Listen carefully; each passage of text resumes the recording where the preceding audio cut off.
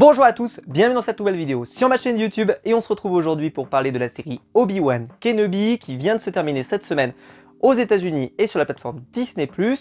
Une série que j'ai rattrapée cette semaine, j'avais vu les 2 premiers épisodes au moment de leur sortie et là je me suis fait les 4 épisodes d'un coup pour pouvoir vous faire de la critique aujourd'hui. C'est une série donc que j'ai suivie aux 2 premiers épisodes, personnellement j'avais été particulièrement convaincu par ce que j'avais vu. Et ensuite, j'avais juste regardé de très loin, juste avec les différentes miniatures que pouvaient proposer d'autres youtubeurs au fur et à mesure de l'avancée de la série, leur retour, et j'avais l'impression que les retours étaient plutôt très négatifs sur la série. J'ai l'impression que le dernier épisode a plutôt convaincu, mais en tout cas que sur l'ensemble, ça a été une petite déception pour beaucoup de gens. Je vais donc arriver moi avec quelqu'un qui a vu toute la série presque d'un bloc, donc en réalité c'est passé de façon très fluide, comme si je l'avais un peu binge-watché, même si je l'ai regardé sur 2 jours, mais ça ressemble un petit peu à ça. Et comme ça je vais pouvoir vous faire un retour un petit peu différent peut-être des autres qui ont vu un épisode par un épisode par un épisode avec une attente démesurée. J'ai envie de répondre déjà pour un premier point, c'est de vous dire que c'est la série pour moi Disney+, que j'attendais le plus. J'attendais pas particulièrement Mando, qui a été une très bonne surprise, ceci étant dit. J'attendais pas particulièrement la série Boba Fett, qui a été une très grosse déception. Et j'attends pas forcément les projets sur Cassian ou sur peut-être Ahsoka, peut-être qu'ils nous feront plus tard, ou je ne sais quoi. Ce sont pas forcément des séries qui me passionnent, ou Lando, je crois qu'il y a aussi ça comme projet. C'est pas dans ma top liste des choses que je dois absolument voir pour moi. C'est des séries qui m'intéressent, mais pas forcément prioritaires en tout cas. Et par contre, la série Obi-Wan, alors elle était top 1 de mes priorités. D'ailleurs, j'ai des retards sur pas mal de séries, en particulier Stranger Things notamment, que j'ai toujours pas regardé. Et pourtant, celle-ci, je l'ai rattrapée tout de suite, c'est-à-dire que je voulais absolument la regarder. Parce que pour ma génération à moi, la prélogie, c'est la saga Star Wars avec laquelle on a grandi. Elle a des qualités, elle a des défauts. J'avais fait une vidéo avec Ronan ici sur la chaîne YouTube où on avait classé tous les films Star Wars. N'hésitez pas à la voir, elle dure 1 heure. Donc si vous avez de la vaisselle à faire, n'hésitez pas, mais c'était très cool à faire. Et justement, on est revenu un peu sur tous les films, sur leurs faiblesses, sur leurs atouts, des choses qui nous ont plu, on les a classés tous les deux. Et on était d'ailleurs arrivés tous les deux au même point à la fin avec le même classement pour le meilleur film. Et en sachant que l'épisode 3, qui est l'épisode qui lance cette série, évidemment est un épisode qu'on adore. Moi en tout cas personnellement je l'adore, je trouve que c'est un moment de cinéma exceptionnel que j'ai vécu quand j'étais allé au cinéma quand j'étais petit. Ça m'a marqué d'une manière et quand je le revois en grandissant, je y trouve toujours les mêmes qualités. La musique exceptionnelle, les acteurs qui font de leur mieux pour faire vraiment vivre leur personnage, un Obi-Wan extraordinaire, un Yoda particulièrement convaincant, un Mace Windu génial, l'empereur Palpatine qui est extraordinaire également. Bref, vraiment on se retrouve avec de la qualité et puis comme je l'ai dit, la bande son, la réalisation, du drame, une façon de nous raconter cette histoire qui personnellement m'avait marqué d'une manière irrémédiable. Et donc on part de cette base là, ce qui fait d'ailleurs que cette série je trouve qu'elle est moins conseillée à des néophytes, c'est-à-dire des gens qui ne connaissent pas l'univers Star Wars et qui se colleraient là-dessus, parce que clairement c'est une histoire référencée. Il faut avoir vu la saga, je trouve que pour Mando ça peut se discuter, même si en réalité pour Mandalorian, même si en fin de série il y a eu quand même des grosses refs qu'il fallait avoir. Mais ceci étant, on peut quand même en gros peut-être profiter si on n'est pas trop pointilleux.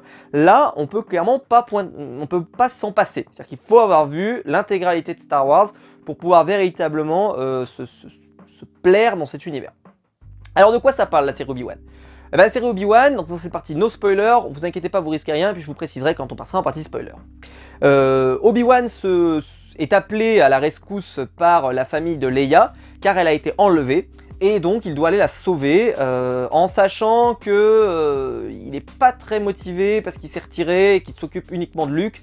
Mais voilà, pour lui il s'occupe autant de l'un que de l'autre.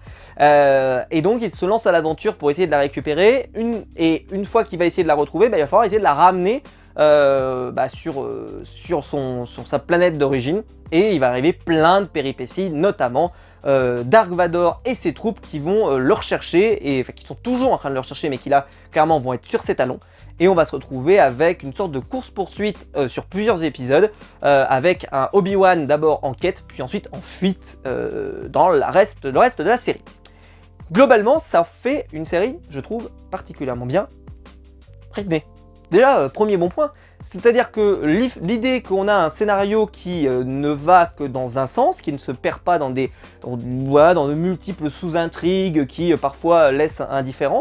Ici, on a une seule intrigue, une seule suite et un seul mouvement. Sauf que ce mouvement, on va le suivre de début à la fin, avec à chaque fois des nouveaux éléments qui vont être rajoutés, et qui vont être rajoutés au bon moment, qui vont rajouter à la série. On va avoir des révélations au fur et à mesure de l'intrigue, en particulier sur Obi-Wan, c'est-à-dire d'abord Obi-Wan, Anakin, qu'est-ce qui s'est devenu, chacun, etc. Et puis après, les différentes révélations sur les différents personnages qui sont là, leurs objectifs, leurs motivations, et vous verrez que dans la série, vous allez découvrir des choses assez intéressantes. Il y a quelques petites incohérences, certains avaient peur de ces petites incohérences, et au final, elles sont résolues dans les 2 derniers épisodes. Donc ne vous inquiétez pas si vous en voyez, elles sont globalement toutes résolues normalement dans le dernier épisode, même si on pourrait chipoter, comme par exemple le fait qu'Obi-Wan précise qu'il n'a plus été appelé Obi-Wan depuis avant la naissance de Luke dans l'épisode 4. Bon en réalité, là, elle l'appelle Obi-Wan tout le long du film. Donc bon, enfin de la saga, pardon, de la série. Bon, c'est pas grave, c'est pas un problème, si vous voyez ce que je veux dire. Parce qu'on sait qu'Obi-Wan ment, puisqu'il ment dans tout le début, il ment, enfin il omet, il ment par omission, ou voilà, il ment. Donc bon, globalement c'est très respectueux de la prélogie, c'est très respectueux de la trilogie d'origine. Ça se voit que ça veut bien faire, c'est très soigné en termes de réalisation sans forcément être une maestria, c'est-à-dire sans briller. Il y a beaucoup de scènes par exemple qui vont être globalement en dessous de ce qu'on pourrait espérer, mais j'en parlerai en partie spoiler pour ne pas spoiler ceux qui ne l'auraient pas vu. Mais surtout, il faut le dire, la plus grande puissance de cette série, au-delà du fait que c'est très rythmé et que ça passe super bien et que moi je l'ai regardé et franchement je l'ai dévoré, je ne me suis jamais ennuyé dans la série, mais surtout parce que ces personnages sont incroyables. Obi-Wan, il est exceptionnel. Pour avoir de l'empathie pour un personnage, je pense qu'il n'y a pas mieux. Vraiment, c'est extraordinaire. Et surtout, alors là, voilà, hein, Ewan McGregor quand même. Hein. La star, la légende, tout ce que tu veux, etc. Ok. Il arrive presque à se faire voler la vedette par une gamine. C'est quand même pas banal. Non mais sans déconner. La petite Leia là, elle est géniale. Alors, est-ce que c'est pas la recette du succès chez Disney? C'est-à-dire que tu mets un bébé bébé Yoda, bébé humain, bébé ce que tu veux, avec un adulte, carton. Tu mets pas ça, pas carton. C'est peut-être une théorie, tu vois, un théorème, c'est-à-dire il faut un adulte avec un enfant et ça cartonne sur Star Wars. Si tu mets pas d'enfant, ça ne marche pas. On se dit, le théorème n'est pas toujours exact, ça pourra à un moment peut-être aller dans le mauvais sens.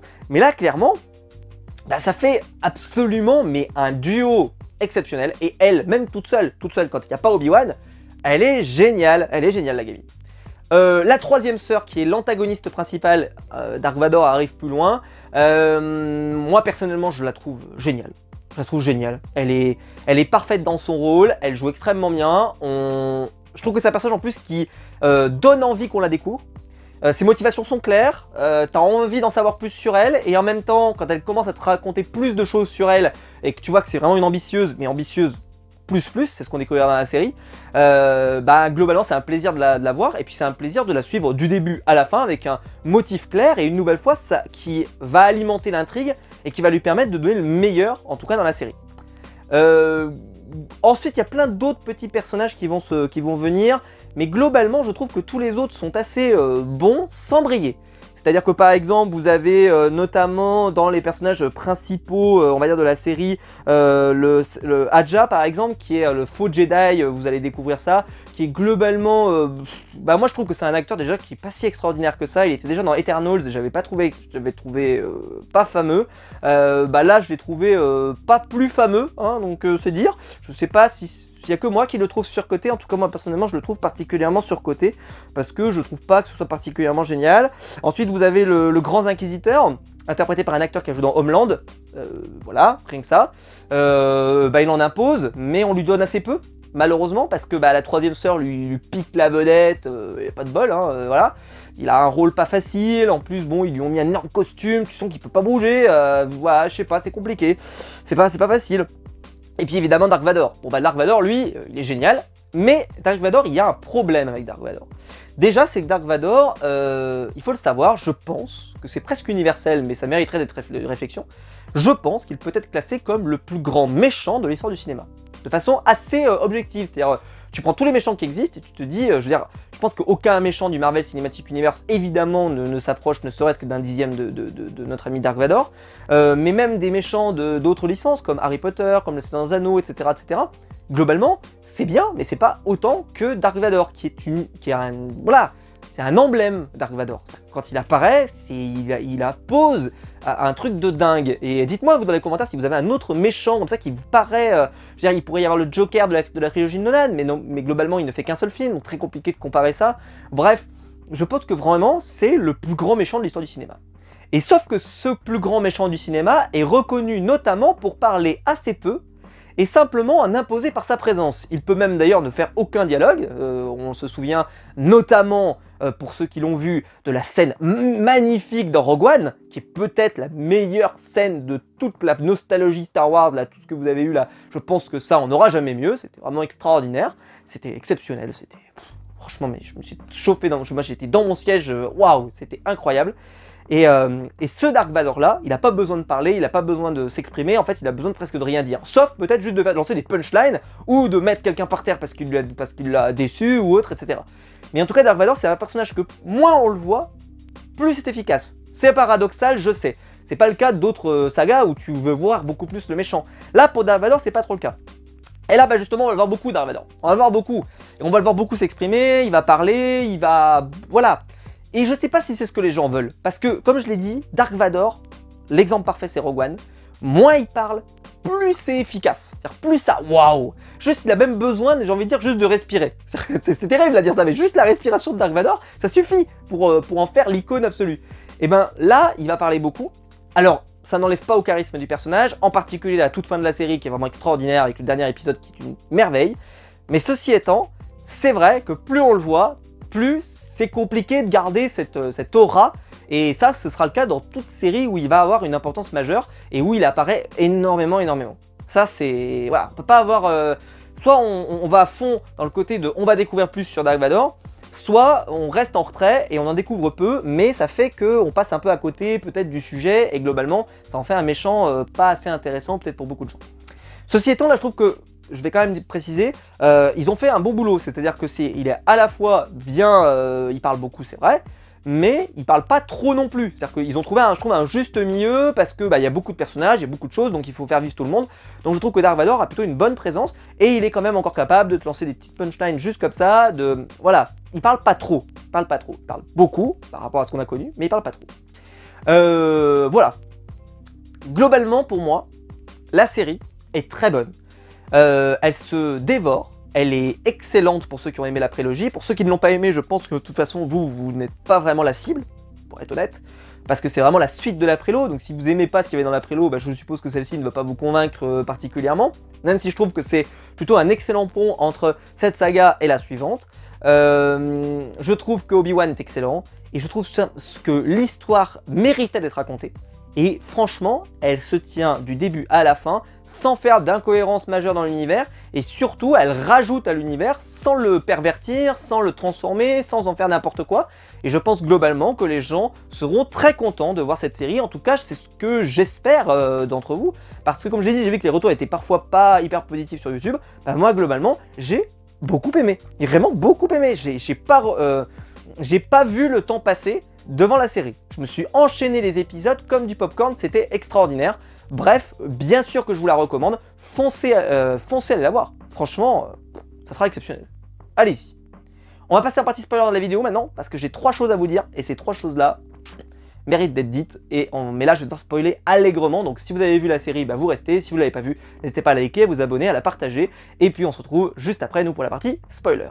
Partie spoiler de la vidéo, donc vous avez compris que Obi-Wan voilà, essaye de rechercher Leia qui s'est fait enlever, puis ensuite arrive à retrouver Leia et veut la ramener à son point d'origine, sauf que va s'opposer à lui Dark Vador et la troisième sœur. On va commencer par la troisième sœur parce que c'est plus logique. La troisième sœur, beaucoup de gens se sont plaints je pense d'incohérence parce qu'elle connaissait l'identité d'Anakin, ce qui n'est pas le cas normalement des gens, hein, personne ne sait ça. Alors les gens ont dû crier au scandale, je suppose, mais que font-ils? Ont-ils osé profaner le cadavre de Star Wars qui était déjà profané suffisamment avec Solo?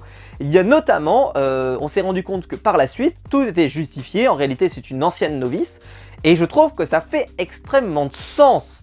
Et j'ai eu peur jusqu'au bout que ça se termine en Batman versus Superman. Alors si vous voyez ce que je veux dire, si vous voyez la scène à laquelle je parle, c'est-à-dire que quand elle arrive devant Luke pour tuer Luke, que en gros ils lui disent « je m'appelle Luke », qu'elle dise mon père s'appelait Luke. Enfin, genre un peu à la Martha, tu vois. Et non, ça n'a pas été le cas, elle s'est elle-même auto-jugée, on pourrait dire, et elle a fait une autocritique pour se dire que c'était pas bien ce qu'elle faisait, etc. Maintenant, il y a quand même une attitude qu'il faut qu'on m'explique. C'est-à-dire qu'elle est, ok, très bien, elle est prête à tout pour tuer Dark Vador, ok, très bien, pour sa vengeance, machin. Par contre, je vais citer du Camelot. Elle est transpercée de part en part et ça saigne même pas. Ah, ça saigne même pas. Bon, bah là, ça saignait. Hein, à ce qui paraît, les fakirs, hein, ils peuvent se transpercer de part en part. Donc, à ce qui paraît, elle est fakir. Voilà, c'est officiel. Elle doit être fakir parce qu'elle se prend un sabre laser dans le bide qui le traverse de part en part. Hein, et vraiment, mais on le voit, hein, ça, il n'y a pas de problème. Bon, il n'y a pas énormément de sang, etc. parce qu'on est quand même chez Disney, mais tout de même, ça le transperce de part en part. C'est beau, hein, c'est beau. Un beau saucisson bien transpercé, nickel, magnifique. Et elle va bien. Ah, elle va super bien, j'ai eu de ses nouvelles la semaine dernière, elle va super bien. Elle est allée à la caisse d'assurance maladie, ils lui ont fait « Mais ça va, un pansement et ça passe ». Incroyable. Parce que d'habitude, quand tu te prends un sabre laser, globalement, demander à notre ami Qui-Gon, il en a gardé des souvenirs. Vous voyez ce que je veux dire. Donc bon, c'est un petit peu étonnant quand même, parce que encore, bon, tu te prends un petit coup comme ça, tu vois, je sais pas, ça fait mal, ça brûle, voilà, c'est peut-être... Mais tu meurs pas, quoi. Là, elle est transpercée de part en part, incroyable. Alors, je sais, hein, vu que c'est un sabre laser, globalement, voilà, quand il retire la lame, ça cautérise en même temps. Mais ceci étant, tu meurs quand même, normalement. Et puis, je comprends pas pourquoi, par exemple, il la tue pas sur le coup. J'ai pas compris cette scène. Il arrive, il retire l'épée, mais pourquoi il la retire pas en donnant un coup sur le côté? Comme ça la coupe en morceaux et puis c'est fini. J'ai pas compris. Et puis après, donc, il y a la déclaration, justement, du grand inquisiteur qui débarque à ce moment-là, et qui arrive et qui récupère son insigne, parce qu'elle avait récupéré l'insigne entre-temps. Et là, elle fait, ouais, Jean-Kévin, la vengeance, je sais pas quoi, j'ai rien compris. J'ai fait, mais qu'est-ce qu'il lui raconte? Elle est en train de canner, là, qu'est-ce qu'il lui parle de vengeance? Mais non, en fait, c'est parce qu'elle va bien. Elle va super bien. Donc je comprends pas pourquoi ils l'ont laissé en vie, ça c'est un mystère, juste un mystère. Si vous avez l'explication, à part juste pour justifier la fin, c'est-à-dire qu'elle va entendre le message, qu'elle va le récupérer, qu'elle va aller voir Luke, machin, etc. Mais c'est vrai qu'il n'y a aucune raison qu'elle soit laissée en vie. Et alors pourquoi Dark Vador laisserait-il en vie quelqu'un qui a une vocation à le tuer? Ça n'a pas de sens. Et là, je veux dire, on connaît Dark Vador, normalement, là, elle devrait être empalée sur je sais pas moi, sur un pieu, et puis on l'oublie, quoi. Ou encore, coupée avec un sabre laser en morceaux, et on la sert en sashimi. Enfin, je sais pas, je comprends pas, mais voilà, je comprends pas. Ça, c'est une scène, alors peut-être qu'ils ont pas voulu tuer quelqu'un, peut-être c'est possible, parce que c'est vrai qu'on voit quand ils donnent des coups de sabre laser, notamment Obi-Wan, bah, quand les Stormtroopers tombent, c'est vrai que, voilà, c'est pas violent, quoi, ça va, c'est pas, voilà, ils tombent, bon, ok. Mais là, bah non, elle va bien, elle va bien. Super nouvelle, elle va super bien, d'ailleurs... Globalement, alors oui, ils vont lui mettre des petits coups de pied dans le ventre après plus tard, donc ça souligne quand même qu'elle est blessée. Mais enfin ça va quoi, ça va. Je trouve ça surprenant. En tout cas c'est mes goûts, hein. Je trouve ça surprenant. Deuxième point, je vous ai expliqué qu'on voyait beaucoup Obi-Wan et qu'on voyait beaucoup Dark Vador, alias Anakin. Alors il y a une scène globalement qui se passe dans le passé, où on revoit les entraînements de Anakin et Obi-Wan qui permettra de donner un peu du background pour leur futur affrontement. J'ai trouvé ça très bien, par contre ils ont voulu les faire donc comme si c'était à l'époque. Disney, ils ont été très bons sur la technologie de rajeunissement de visage, on se souvient avec Nick Fury notamment dans le film Captain Marvel. Là, je trouve que c'est quand même moins réussi quand même, hein. C'est réussi, mais un peu moins. Je trouve que c'est un peu moins réussi, en particulier pour Anakin, c'est moins réussi. Obi-Wan ça va, mais Anakin je trouve que c'est pas terrible. Alors je sais pas s'ils ont utilisé la technologie ou pas, parce que c'est possible qu'ils n'aient même pas utilisé, et qu'ils se soient dit ça passe, et si c'est le cas, ça passe pas en fait. Hein. Parce que pour moi, Anakin, on voyait qu'il avait pris quand même un certain âge, et enfin ça se voyait plus pour Anakin que pour Obi-Wan, parce qu'Obi-Wan, bon dans l'absolu, il avait déjà de la barbe, il était déjà un peu âgé, donc ça allait, mais pour Anakin, lui, ça se voit comme une de la figure que la scène elle a pas été tournée à ce moment-là. Bon, c'est la limite aussi du fait que les gens vieillissent, hein, donc à un moment, bah voilà, on doit accepter ce genre de scène.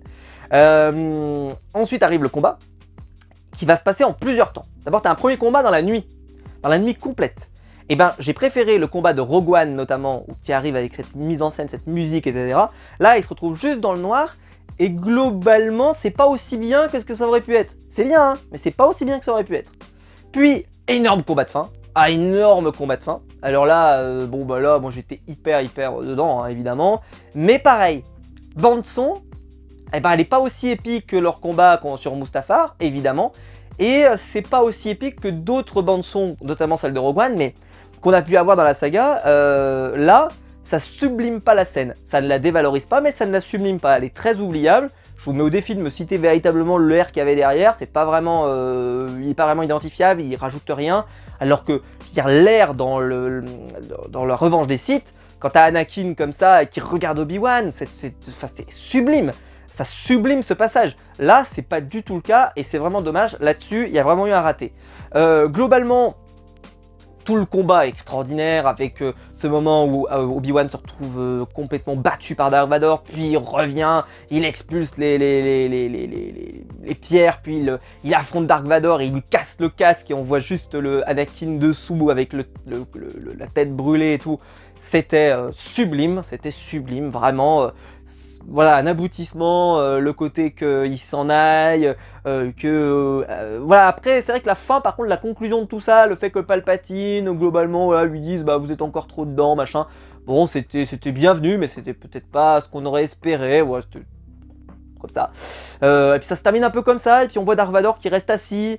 J'aurais aimé, je sais pas moi, qu'il casse quelque chose, ou qu'il, je sais pas, de colère, qu'il étrangle quelqu'un, qu'il le jette au sol, ou j'en sais rien, enfin...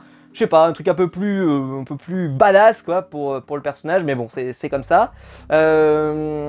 Mais Dark Vador, voilà, n'a pas perdu en mysticisme, c'est juste que voilà, faut pas trop le voir parler, comme je l'ai dit, et là-dessus, comme je l'ai dit, ils ont trouvé un bon... Voilà, ils parlent pas trop, mais ils parlent quand même beaucoup par rapport à ce qu'on peut connaître.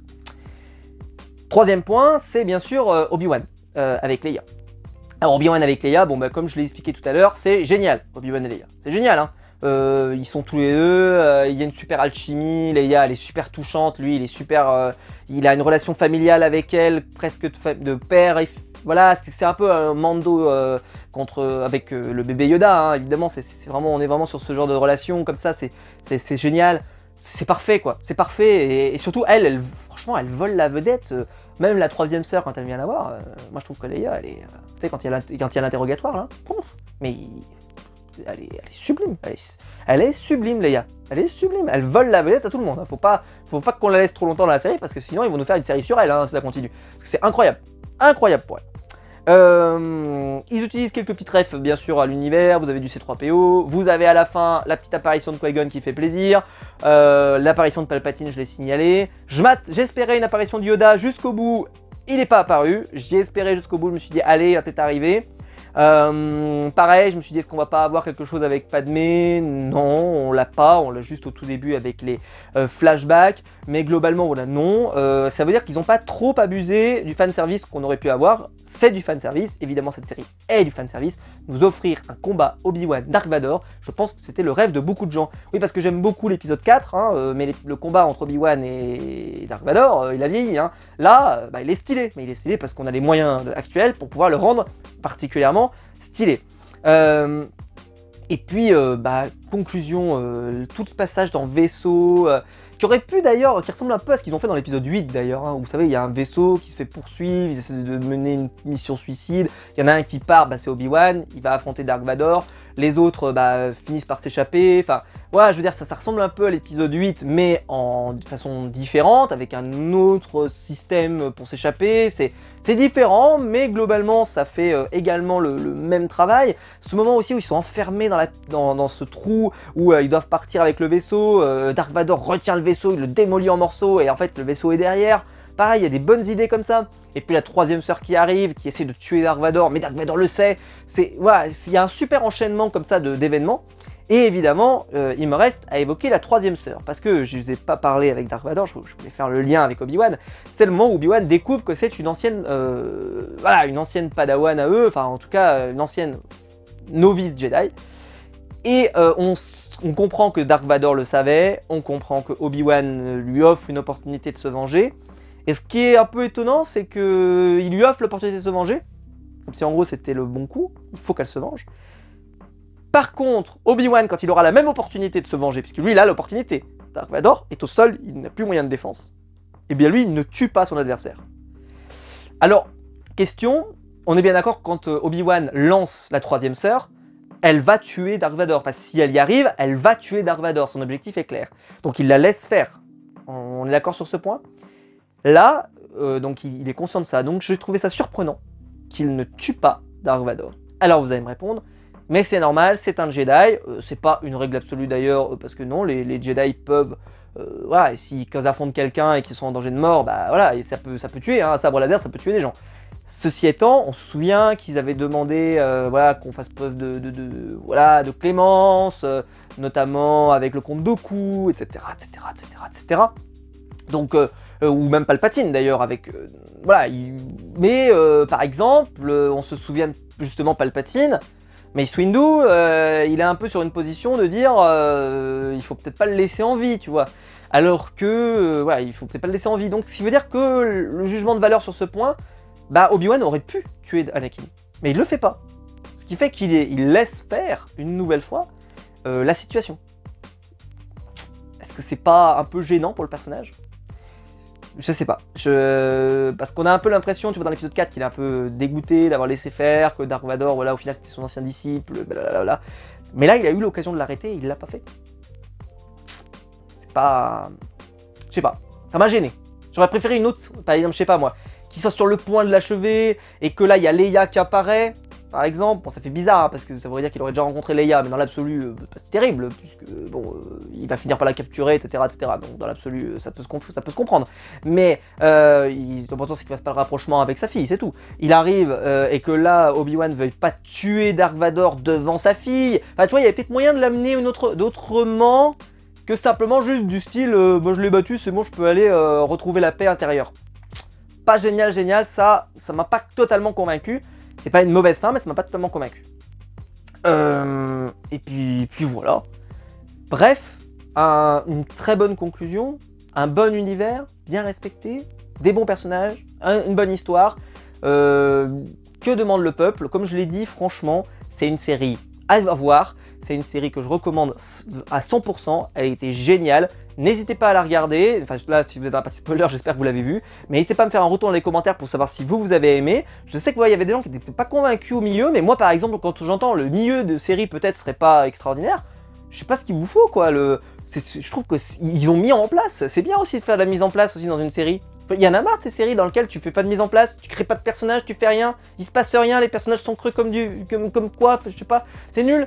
Et c'est bien, la troisième sœur, on a eu du temps à la voir monter, elle est montée progressivement. Dark Vador, on a eu le temps de l'iconiser pour arriver au combat final. On a eu le temps, alors vous allez me dire, Dark Vador n'a pas besoin d'être iconisé, il l'est déjà. Mais dans l'absolu, c'est bien de replacer un peu tout, et puis pour tout le monde, c'est bien de replacer. Leia, elle a du temps d'antenne, et c'est normal, parce qu'elle en a besoin, parce qu'en plus c'est un super personnage.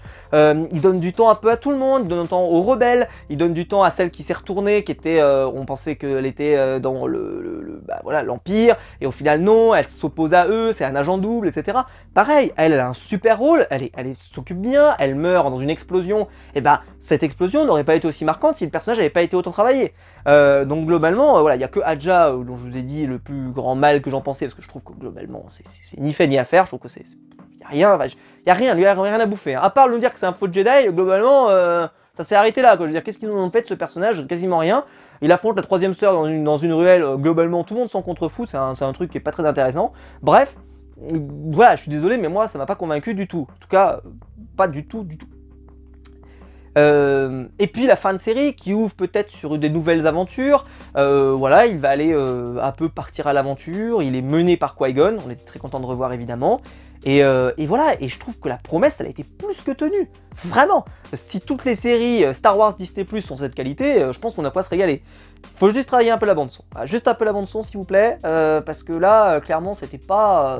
on nous a habitués à mieux dans l'univers Star Wars, et là, clairement, c'était pas la hauteur de l'événement, parce que franchement, les images tournées, il y a des pépites, hein. Toute la partie dans le noir, comme je l'ai dit, le combat en lui-même, vraiment, il y a des choses qui sont sublimes, mais qui, je pense, auraient pu être encore améliorées et devenir des trucs un peu légendaires si ça avait été un peu plus soigné. Voilà. Bon, n'hésitez pas à bien dans les commentaires ce que vous en avez pensé. Si la vidéo vous a plu, vous pouvez la liker, vous pouvez vous abonner, vous pouvez la partager sur les réseaux sociaux. Il y a le bouton rejoindre juste en dessous pour devenir membre soutien et je vous en remercie. J'ai atteint le nombre record de membres soutien récemment, donc n'hésitez pas à continuer à devenir un membre soutien si vous avez envie de soutenir la chaîne. Et quant à nous, on se retrouve très vite pour de nouvelles vidéos sur ma chaîne YouTube. Ciao!